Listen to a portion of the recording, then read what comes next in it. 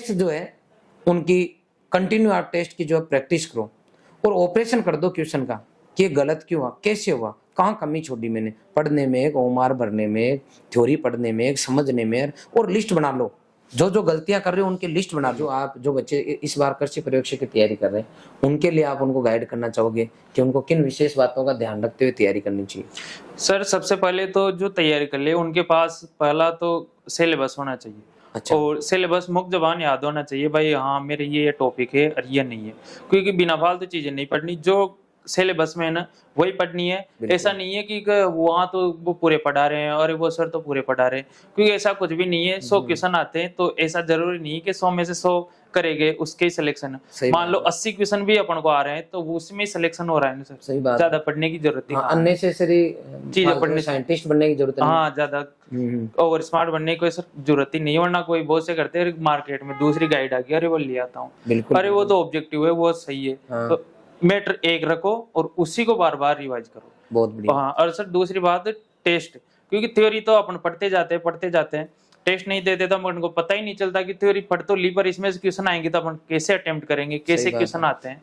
तो मेरा मानना तो सर यही है कि इसमें टेस्ट सीरीज का सबसे बड़ा रोल रहता है, क्योंकि टेस्ट देंगे तभी अपन को पता लगेगा कि अपने आसपास कितने लड़के हैं, उनकी कैसी तैयारी है, उनके सामने अपन कहाँ पे टिक रहे हैं, या उनके सामने अपन है भी सही या नहीं है। तो सर ये टेस्ट का बहुत बड़ा रोल है। हाँ सर, मतलब 17 चीजें 17 जगह पढ़ो, इससे बढ़िया है एक ही चीज को 17 बार पढ़ो। जी सर, सही बात है। सही है। और टेस्ट जो है उनकी कंटिन्यू आप टेस्ट की जो है प्रैक्टिस करो और ऑपरेशन कर दो क्वेश्चन का कि ये गलत क्यों हुआ, कैसे हुआ, कहाँ कमी छोड़ी मैंने, पढ़ने में एक, ओमार भरने में एक, थ्योरी पढ़ने में एक, समझने में एक, और लिस्ट बना लो। जो जो गलतियां कर रहे हो उनकी लिस्ट बना लो और एक एक करके डिलीट करो, फुल प्लेस प्रैक्टिस करो, इसका यही कहना है। अच्छा, इसके अलावा जैसे कई बार बच्चे एग्जाम देने जाते हैं और आपने को बताया कि एग्रीकल्चर में ज़्यादातर किसानों के बच्चे हैं, आमदनी भी ज़्यादा नहीं है, सब बच्चे नौकरी लगना चाहते हैं। तो कई बच्चे तैयारी करते होते हैं ना, उनके एनी टाइम टेंशन रहती है कि मेरा नौकरी नहीं लगा तो क्या होगा, नौकरी नहीं लगा तो क्या होगा। तो इस ऐसे सोचने से कुछ होना जाना तो है नहीं। तो आप ऐसे बच्चों को क्या कहना चाहोगे कि उनकी मतलब उनके लोड है कि यार नहीं हुआ तो क्या होगा, तो ऐसा दिमाग में ख्याल रखना कहाँ तक उचित है? और अगर वो नहीं रखे कि नहीं ऐसा ख्याल आना ही नहीं मन में, तो उसके लिए वो क्या करे? मतलब सर इसका सॉल्यूशन तो सर ये है कि जैसे अपन अपने मन में फालतू ऐसे पढ़ते जाते हैं और लोड ले लेते हैं कि मेरा सिलेक्शन होगा नहीं और मैं देने जाऊंगा तो मेरे को डर लगेगा। हाँ। तो इसके लिए वो ये टेस्ट देंगे तो यहीं अपन को पता लग जाएगा। अगर यहीं 300 में से जैसे 150 ही नंबर आ रहे हैं, 160 ही आ रहे हैं, तो यही उम्मीद छोड़ देंगे भाई सिलेक्शन नहीं होगा। पर अगर उस चीज को अपन पॉजिटिव लेंगे, भाई आज 160 आए तो अपन और मेहनत करेंगे, कल 180 आएंगे, अगर और मेहनत करेंगे 200 आएंगे।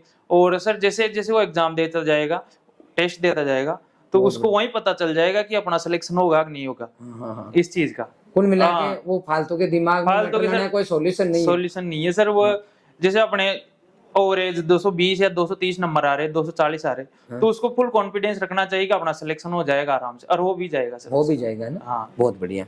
कुल मिला के चिंता की बजाय आप चिंतन करें कि आप बेस्ट क्या कर सकते हो। परिस्थितियां कैसी भी क्यों ना हो, लड़ना आपको है, झगड़ना आपको है, नौकरी आपको छीननी पड़ेगी। इसके लिए आपको पूरे हथकंडे अपनाने पड़ेंगे, चाहे वो पढ़ाई का हो, चाहे ऑब्जेक्टिव का हो, चाहे टेस्ट का हो, चाहे माइंड का हो। माइंड में अगर आप टेंशन लेके चलोगे तो आप वहाँ फॉल्ट हो जाओगे और कहीं ना कहीं आप जो है डिप्रेशन के शिकार हो जाओगे। इसलिए हंसते खेलते पूरा टाइम का सदुपयोग करते हुए अपनी ईमानदारी से अपनी तैयारी को धार दें। रॉयल संस्थान की तरफ से हर तरीके से हर मोड पे बच्चों को स्टाफ की तरफ से मोटिवेट किया जा रहा है और कंटिन्यू हम हमारे ईमानदारी से काम कर रहे हैं।